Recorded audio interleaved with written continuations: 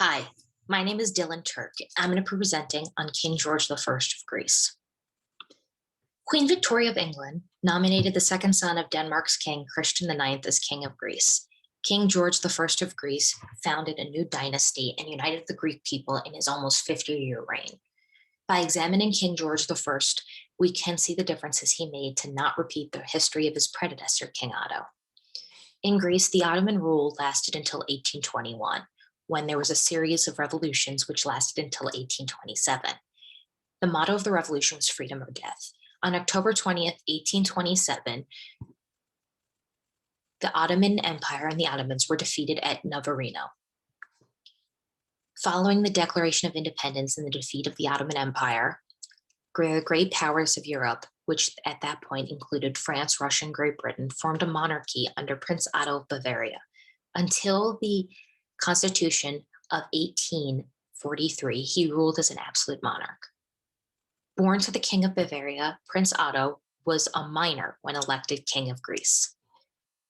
King George I of Greece was born Prince William of Denmark in Copenhagen and dreamt of a career in the Royal Danish Navy. Unfortunately, that never happened because at the age of 17, on March 18, 1863, he became King of Greece.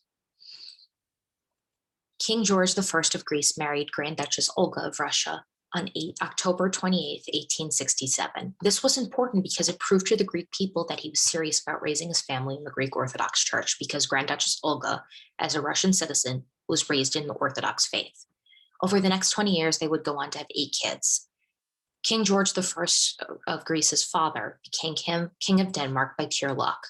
His wife, interestingly enough, was closer to the throne, but Salic law prohibits women from inheriting the crown. Greece is protected by the great powers under the London Conference of 1832. One of the most important stipulations in this conference was that no person from the protectorate nations could occupy the throne of Greece. The reason this is important because when the Greek people were nominating their king, they elected Queen Victoria's second son, Prince Alfred, to be their king. Unfortunately, he had to decline because of this agreement in the London Conference, and King George I of Greece was their second choice. In order to accept the crown, there were some stipulations that King George's father, King Christian IX of Denmark, had. These stipulations included that King Otto must first issue a formal abdication of the Greek throne, and the House of Bavaria must renounce all rights and claims. According to King Christian IX of Denmark, until the king had voluntarily or formally abdicated, he was the only legitimate king. With the approval of King George I's uncle, which at that point was King Frederick VII, who ruled Denmark, Prince William accepted the throne and was declared King George I of Greece. With the acceptance of the crown, the British government relinquished the Ionian Islands as a show of good faith. As you can see on the left is a picture of the coronation of King George I of Greece. Some mistakes that King Otto of Bavaria made and that King George I was determined not to make were, number one, he learned the Greek language, which, as you can see on the right, is a picture of the Greek alphabet. Number two is he raised his kids in the Greek Orthodox Church. And as I said, this was important because to the Greek people, it showed that he was one with their nation.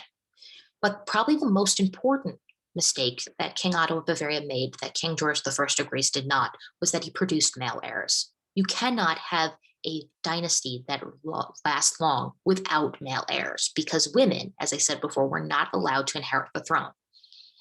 In conclusion, Prince William of Denmark, as King George of Greece, reigned for almost 50 years. Without King George I of Greece reigning and leading the people of Greece for almost 50 years, the great idea, which was the idea to unite all Greek-speaking people under one nation, would have been just that, an idea. Thank you for coming, and I hope you enjoyed my presentation.